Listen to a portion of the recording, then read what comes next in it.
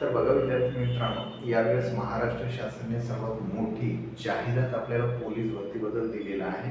12 ऑगस्टला जे आहे ते ही अपडेट आपल्याला मिळालेली आहे. तर याच्यामध्ये बघा किती पदे त्यानं दाखवलेले आहेत ते आज आपण इथं व्यवस्थित चर्चा करू. तर बघा एकूण पदे आपल्याला पोलीस भरतीसाठी दिलेलं आहे 15,631. 15,631. त्यानंतर बघा याच्यामध्ये त्यानं पोलीस शिपायासाठी 12,399 दाखवण्यात आलेलं आहे. त्यानंतर बघा विद्यार्थी मित्रांनो, चालकसाठी परत जर आपण विचार केला तर 234 जागा त्यानं दाखवल्या. मग चालकसाठी परत 234 जागा मिळत आहे. त्यानंतर बघा विद्यार्थी मित्रांनो, याच्यामध्ये बघा बॅन्डर्समॅन यासाठी 25 जागा त्यानं दिलेला आहे. 25 जागा.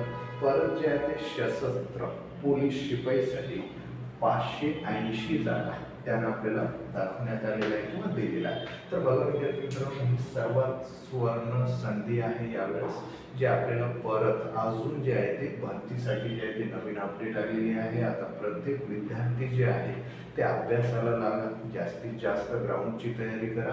आणि याच्यामध्ये फक्त आपल्याला अभ्यासासाठी फक्त 4 विषय देण्यात आलेले आहे. आणि ते 4 विषय कोणकोणते आहेत तर याच्यामध्ये पहिलाच विषय आपल्याला सांगता येतो बघा इथं. कोणता विषय तर मराठी विषय.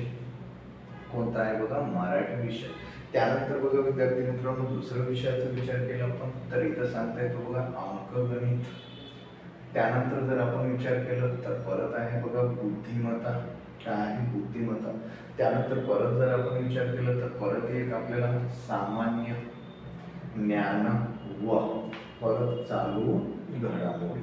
तर असे फक्त आपल्याला 4 विषय देण्यात आलेले आहे. आणि या 4 विषयाचं गुणाचा विचार केला तर किती गुण आहे बघा 100 गुण आपल्याला प्रत्येक विषयाचं 25-25 गुण मिळणार. आणि बघा विद्यार्थी मित्रांनो, सर्वात मोठी अपडेट म्हणलं तर आपल्याला सांगता येईल बघा, जी विद्यार्थी 2022 आणि 23 याच्यामध्ये जी एक्झाम दिलेले होते तर त्यांच्यासाठी सुवर्ण संधी यावेळेस जे आहे ते आपलं महाराष्ट्र शासनाने दिलेलं आहे. आता जे काही विद्यार्थी 2022 आणि 23 मध्ये त्यांचं वयोगट जे आहे किंवा वय जे आहे ते त्यांचं समाप्त झालेलं असेल, वयोमर्यादा त्याची एंडिंग झाली असेल, तर यावेळेस ते परत जे आहे एक्झामसाठी बसू शकतात आणि परत त्यांना